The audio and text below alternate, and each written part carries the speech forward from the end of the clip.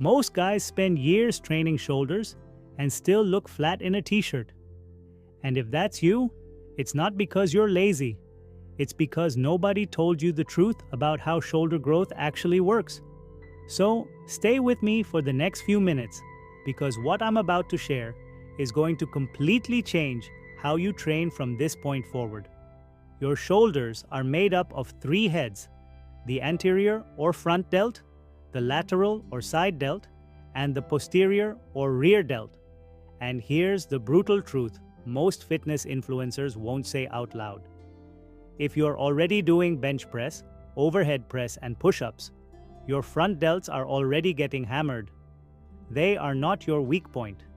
Your lateral delts are, because the side delt is the head that gives you that wide, capped, three-dimensional look that makes your waist look smaller without you losing a single pound.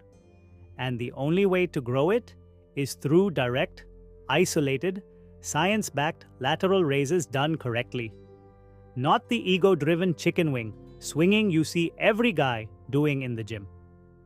Now here's where psychology enters the equation.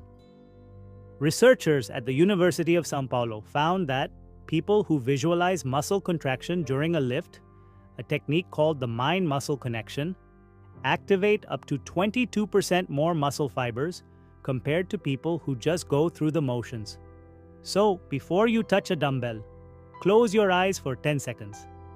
Picture your lateral delt. Feel where it sits on the side of your arm and mentally rehearse the movement. This sounds soft, but the neuroscience backs it completely, because your nervous system literally fires differently when you pre-activate the target muscle. For the actual training, here is your exact evidence-based shoulder protocol. Start with seated dumbbell overhead press for 4 sets of 6 to 8 reps as your compound strength builder. Seated removes the ability to cheat with your lower back, forcing your shoulders to do all the work, and you want to stop just short of lockout at the top to keep tension on the delt, instead of shifting it to your tricep and traps. Next, and this is the money exercise, cable lateral raises. Not dumbbell cable, because EMG studies published in the Journal of Strength and Conditioning Research consistently show that cables provide superior tension at the bottom of the movement, where dumbbells go nearly slack. And tension at the stretched position is where hypertrophy is maximized, according to the latest muscle growth research from Brad Schoenfeld and his team at Lehman College. Do 4 sets of 12 to 15 reps, go light, squeeze at the top, lower slow, 3 full seconds on the way down. Do not rush this. Third is the face pull with external rotation using a rope attachment at upper chest height, 3 sets of 15 to 20 reps. This targets your rear delt and rotator cuff simultaneously. And here's why this matters psychologically. Most guys skip rear delts because you can't see them in the mirror. But underdeveloped rear delts not only make your shoulders look flat from the side, but they also lead to internal shoulder rotation, which leads to chronic pain, which leads to you not being able to train at all. The motivation to train your rear delts should be protecting your ability to train everything else. Now, let's talk about the frequency and recovery science, because this is where most people destroy their progress. Your deltoids, especially the lateral head, are a relatively small muscle group with high recovery capacity, meaning they can be trained 2 to 3 times per week effectively. So instead of doing one massive shoulder day and then ignoring them for 6 days, spread your volume across multiple sessions. 12 to 20 sets per week is the evidence-based sweet spot according to Volume Landmarks research. Anything below 12 is not enough stimulus. Anything consistently above 20 starts compromising recovery without adding proportional growth. Protein timing also matters more than most people think for shoulder development specifically.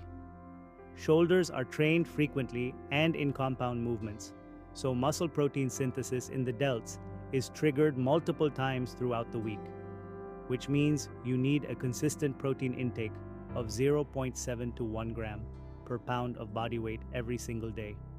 Not just on training days, not just in one big post-workout shake, but distributed across meals.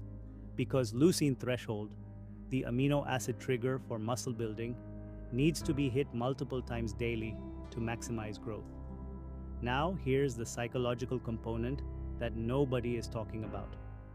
A 2019 study in the journal Psychology of Sport and Exercise found that people who attach identity-level meaning to their training, meaning people who say, "I am someone who builds their body with intention," rather than, "I am trying to get bigger shoulders," show 40% higher training consistency over 6 months.